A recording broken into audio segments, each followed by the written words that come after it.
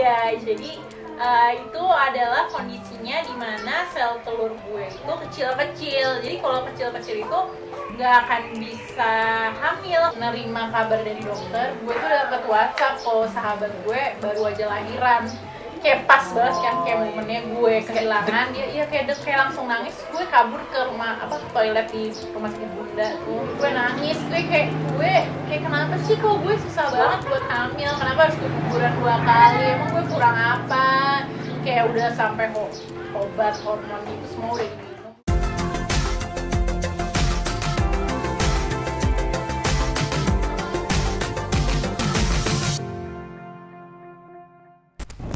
Hello everyone, welcome to Nadia Atmajis YouTube channel. Yay! Selamat datang di YouTube channel. Episode kali ini spesial banget karena ada guest, yaitu Anissa Atmajis, yaitu adalah kakak aku. Ini adalah video part 3 atau part terakhir Q&A The Atmajis Sister.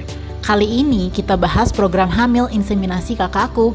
Kali ini biar kita seru ngobrolnya, kita makan seblak. Seblaknya ini sponsor by Bali ke Dapur. Ini kita dapat ini namanya kotak pelani, lucu banget packagingnya. Terus ini seblaknya pun juga kemasannya lucu banget. Rasanya juga kita suka banget sih. Ini favorit kita kayaknya seblak terbaik ya. Ya, jadi itu diracik di rumahnya ownernya, yaitu Gita Hermanda. Oke. Tanpa berpanjang lebar lagi, kita mau langsung tanya banyak hal ke kakak. Thank you! For those who already subscribe to my channel, thank you so much. And for those who haven't, please support this channel by clicking the subscribe button. Yay! Awesome! Nah, terus dari @Indah_Shinta. Pramil Kanisa dong, di IG Kanisa kan masih to be continued tuh. Pokoknya intinya kan gue LDR nih 2 tahun ya, 2,5 tahun deh setelah gue sama Mas Faiz kuliah itu. Nah terus gue disuruh ibu, kayak udah deh mending kamu cek deh nggak ada salahnya gitu. Gue mikir ya nggak ada salahnya juga cek, maksudnya sebenarnya there's nothing wrong atau any with going to Obsgyn or checking out the quality of our ovum ya kan. Karena terus semakin kita dini ngecek itu tuh semakin bagus, karena kalau misalnya ternyata nggak ada apa-apa, baik-baik aja ya udah good gitu kan. Tapi ketika dicek ada sesuatu itu bisa jadi cepet kan diperbaikinya, disembuhinnya gitu. Jadi nggak usah takut untuk suami istri yang belum pernah hamil, walaupun sudah aktif berhubungan seksual selama 1 tahun, itu wajib banget periksa ke Obgyn. Ternyata pas gue dicek di Obgyn, gue itu ada PCOS. Nanti Kepanjangannya ini nih, PCOS. Ya, jadi itu adalah kondisinya di mana sel telur gue itu kecil-kecil. Jadi kalau kecil-kecil itu nggak akan bisa hamil. Kenapa? Kalau sel telur kecil itu nggak akan bisa besar kan? Padahal kita butuh sel telur yang besar untuk dapat pecah dulu. Jadi kayak balon gitu loh, kan lama-lama mau besar pecah. Nah ketika pecah tuh sperma bisa datang untuk membuahi. Nah kalau sel telur yang kecil itu nggak akan bisa karena sel telur gue kecil-kecil gitu. Oke, jadi usaha yang dilakukan adalah bagaimana si sel telur ini bisa membesar. Iya, dan itu caranya cukup ini sih, kayak panjang ya, bukan cukup panjang banget. Jadi gue kayak harus minum obat hormon lah. Terus kadang obat hormon tuh nggak manjur, jadi gue harus disuntik biar lebih langsung kan kalau disuntik tuh. Terus ya pokoknya sampai dipantau terus tuh dalam sebulan gue bisa 3-4 kali ke dokter gitu untuk memantau sel telurnya itu gitu. Begitu udah gede misalnya langsung dijadwalin berhubungan di tanggal segini gitu. Nah sebenarnya gue udah berhasil dengan cara natural, jadi udah berhasil 2 kali hamil, tapi selalu keguguran. Yang pertama tuh 2 bulan doang, habis itu keguguran. Yang kedua tuh cuma sebulan, Jadi belum sempat dengerin detak jantungnya juga. nah itu kayak masih kecil banget. Terus habis kayak itu yang pertama nih waktu pertama tahu keguguran gue nggak sedih sih, karena kayak belum ada detak jantung gitu-gitu. Udah oke, kita masih usaha lagi gitu. Nah yang kedua ini gue nangis sih, kayak begitu dapat hasilnya ternyata keguguran, terus dokternya bilang ini nggak berkembang lagi gitu. Jadi gue kayak dan pas gue dapet nerima kabar dari dokter, gue tuh dapet WhatsApp kalau sahabat gue baru aja lahiran. Kayak pas banget kan, kayak momennya gue kehilangan dia, iya kayak langsung nangis. Gue kabur ke toilet di rumah sakit Bunda tuh, terus gue nangis aja di situ karena malu banyak orang. Ya gue pulang dari rumah sakit Bunda, gue jalan ke stasiun Cikini buat pulang itu gue nelpon temen gue si Irma itu. Gue nangis, gue kayak kenapa sih kok gue susah banget buat hamil, kenapa harus keguguran 2 kali, emang gue kurang apa? Kayak udah sampai obat hormon gitu semua udah diminum, udah gaya hidup sehat gitu. Yaudah intinya terus habis itu long story short, terus gue ke dokter lain lagi nih, ditemukan kalau gue ada polip, dimana polip itu yang kata dokternya menyebabkan janin gue itu nggak akan bisa nempel, jadi kayak luruk lagi gitu. Terus gue kayak wow, makin susah lagi ya berarti. Iya harus operasi mengangkat polip. Nah saran juga ya buat promil, maaf ya loncat-loncat ini karena kayak sebisa mungkin kalau yang lagi promil tuh kalau belum berhasil kayak coba deh jangan terlalu lama-lama sedihnya, terus coba ganti dokter, cari second opinion. Iya, karena ternyata di dokter yang ketiga ini yang menemukan bahwa gue ternyata ada polip. Sementara di 2 dokter sebelumnya itu nggak terdeteksi. Kalau ditanya kenapa ya 2 dokter itu ya nggak tahu. Kayak ilmuannya atau tiap beda-beda kan. Dokter ketiga itu tahu ada polip harusnya diangkat. Nah habis kayak gitu, nah gue tuh kayak sebenarnya dokternya bilang ini masih bisa nih natural lagi gitu. Cuma karena waktu itu Mas Faik sudah mau berangkat S3, gue akhirnya memutuskan insem aja, karena insem itu kan inseminasi itu beda sama bayi tabung. Intinya kalau inseminasi itu sebenarnya tetap pembuahan dilakukan di dalam, cuma bedanya spermanya itu langsung disuntik masuk ke dalam rahim gitu. Jadi nggak perlu berproses kan. Kalau yang normal dulu kan sperma masuk ke rahim itu kayak butuh proses berliku-liku kan, mencari sampai akhirnya masuk ke rahim.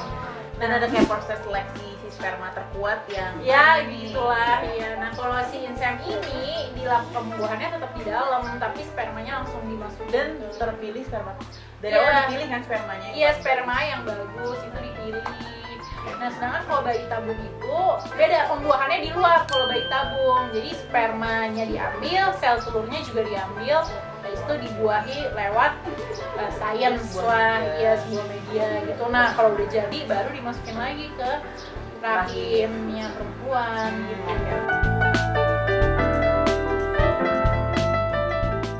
Oke, jadi ini inseminasi program yang butuh komunikasi juga ya sama suami, karena kan ini beda sama yang natural gitu. Iya beda banget. Nah iya, suami juga alhamdulillah si Mas Faiz tuh mendukung banget. Dia kayak terus kan yang yang tes itu tuh segala macam kan gue ikut tes tuh, kayak tes darah, hormon, memastikan lah kayak memastikan mencari tahu apa sih yang something wrong gitu kan. Itu gue nih ternyata ke belakangnya suami juga harus diperiksa, karena sebenarnya penyebab orang bisa hamil itu tuh 50 dari wanita, 50 dari pria. Orang nggak hamil, perempuan nggak hamil juga 50. Jadi jangan pernah ya kalian bilang kayak salah perempuan. Iya, salah perempuannya mandul tuh gitu.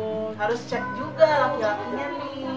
Karena 50 itu gitu. Dan ternyata Mas Faiz, kondisi sperma Mas Faiz itu alhamdulillah bagus, tapi ada nama istilah medisnya kayak perlengketan gitu. Nah gimana cara tahu itu kalau kita nggak ngelakuin pemeriksaan? Yes. Kan? Iya, jadi pemeriksaan itu, nah kayak dia benar-benar kayak misalnya gimana cara taunya sel telur gue kecil kalau nggak diperiksa, karena itu bukan something yang bisa terlihat atau dirasakan. Iya betul, jadi emang harus pakai USG kan. periksa. Terus habis kayak gitu untuk para suami juga harus mau ya untuk periksa, jangan malu, jangan sungkan, dan jangan sedih kalau misalnya ternyata sperma kalian bermasalah ya, dan itu bisa diperbaiki banget kok gitu. Maksudnya ada treatmentnya loh. Dan bukan berarti kalau sperma bermasalah tuh jadi nggak jantan atau gimana, tuh please banget lah. Kayak norak tuh orang-orang yang kayak sebel. Gue kayak dulu waktu gue belum hamil tuh, Mas Faiz mainnya kurang jago tuh, atau kayak kurang ini nih, atau kayak kurang laki atau gimana, kayak sebel banget sih. Padahal mereka nggak tahu. Gue nanya juga ke dokter kenapa sel telur gue bisa kecil-kecil. Katanya itu ya kayak dari sananya aja gitu. Ya termasuk sperma juga dari sananya gitu. Kayak komentar-komentar kayak gitu sama sekali nggak membantu gitu. Akhirnya bisa berhasil dengan program inseminasi. Iya, berhasil dengan inseminasi di Rumah Sakit Abdi Waluyo ya. Ini tidak endorse. Ini endorse sama sekali. Abdi Waluyo tapi lebih murah dari saya. Dia dokter datang tapi ke dokter Sigit Pramono, dokternya lembut banget, baik, dan dia tuh selalu menenangkan, nggak usah panik, khawatir. Terus menurut dia tuh semua treatable, bukan something yang kayak menyeramkan atau gimana. Terus kisarannya pada saat aduh nggak bisa disamain kayak sekarang kan, pas gue kesana tuh nggak pandemi, pas banget ya Allah. Gue jadi kayak melakukan proses inseminasi itu dua kali. Sebenarnya bisa sekali, cuma kalau menurut dokter karena kondisi sel telur gue bagus, spermanya juga bagus, jadi meningkatkan persentase keberhasilan aja dengan 2 kali. 2 kali tuh kayak 10 juta lah kurang lebih.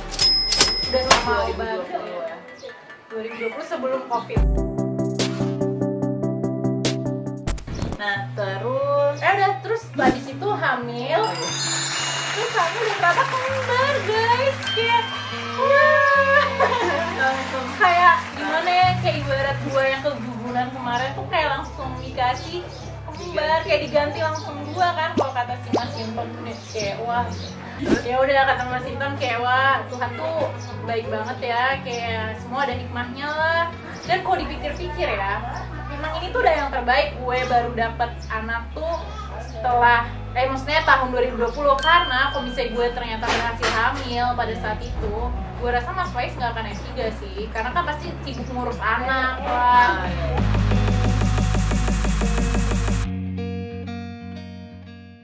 Jadi di saat gue promil, di saat itu juga Mas Faiz mencari S3. Aduh, mau meledak sih, karena kayak kalau mau promil pastikan dua-duanya untuk melakukan komit ya, karena promil tuh nggak kayak selesai 1 kali kunjungan dokter selesai langsung hamil gitu ya. Alhamdulillah sih kalau berasa kayak gitu, tapi rata-rata kebanyakan gue kayak gitu, takes time lah untuk promil gitu. Jadi dan sayang banget sebenarnya kalau misalnya kalian gagal terus nggak melanjutin. Banyak tuh teman-teman gue yang kayak terus sekali coba belum berhasil, habis itu pause gitu sama setahun gitu, karena emang promil tuh juga mental juga ya, mental juga yang harus disiapkan gitu.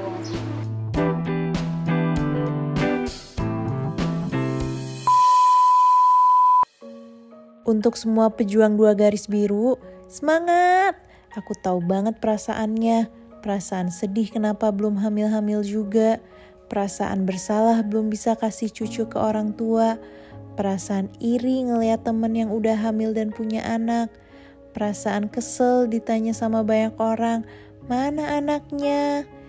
Perasaan capek akan ikhtiar yang dilakukan, tapi belum juga ada hasil. Bahkan perasaan marah sama Tuhan, kenapa harus dikasih ujian seperti ini? Aku hanya bisa bilang sabar, sabar, dan sabar. Semua orang punya ujiannya masing-masing. Percaya deh, Allah itu adil. Coba kamu renungi dan sadari. Pasti ada rezeki lain yang Allah kasih ke kamu sekarang selain anak. Iya, anak bukan satu-satunya rezeki di dunia ini. Jadi kalau kamu belum punya anak, itu bukan akhir dari dunia. Nikmati hidup dengan maksimal, jangan berlarut dalam kesedihan. Selain sabar, ikhtiar juga harus jalan ya. Seperti yang aku bilang, periksa ke dokter sedini mungkin, ikuti arahan dan saran dokter, minimal 3 bulan. Kalau masih belum ada hasil, coba cari second opinion dari dokter lain. Ubah gaya hidup jadi lebih sehat, dekatkan diri ke Tuhan, dan terakhir, berserah ke Tuhan atas semua ikhtiar yang telah dilakukan. Sending all the Promil warriors love and hugs. Semangat! Terima kasih banyak buat yang udah nanya. Wow, semoga kalian mendapatkan informasi yang berfaedah, atau kalau yang nggak berfaedah mohon maaf ya. Berfaedah dong, berfaedah kan guys. Yaudah, kalau ada pertanyaan lanjutan boleh tulis di kolom komen. Jangan lupa like, comment, dan subscribe. Doain Sarah supaya lancar. Amin. Ya.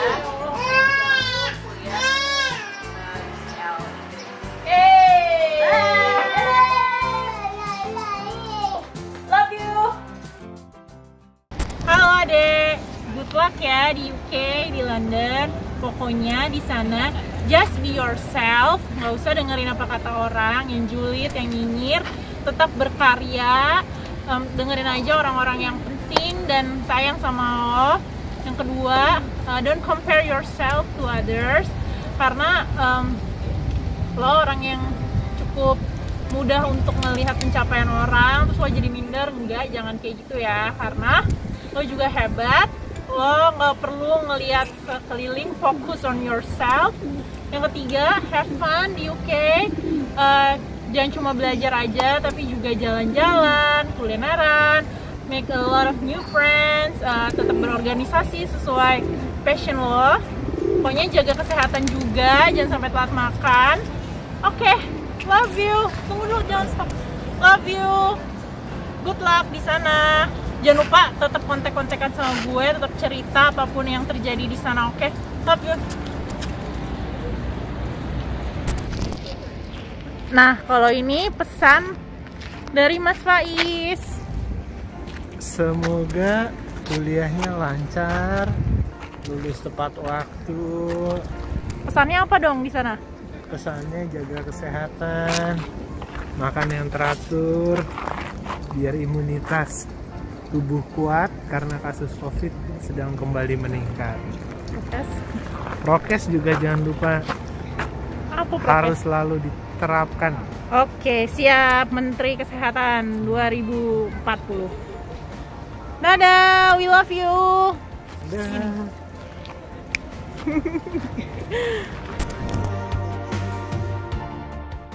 Kayak dia tuh Kisaran biayanya deh berapa? Ntar dulu, belum selesai, kan sabar. Lo dulu deh. Tadi kan kita udah jelasin gimana kita saling support atas pencapaian, tapi kita juga saling support. Gue mati. Lo kasih ke gue. Tapi Long. bah, lihat aja.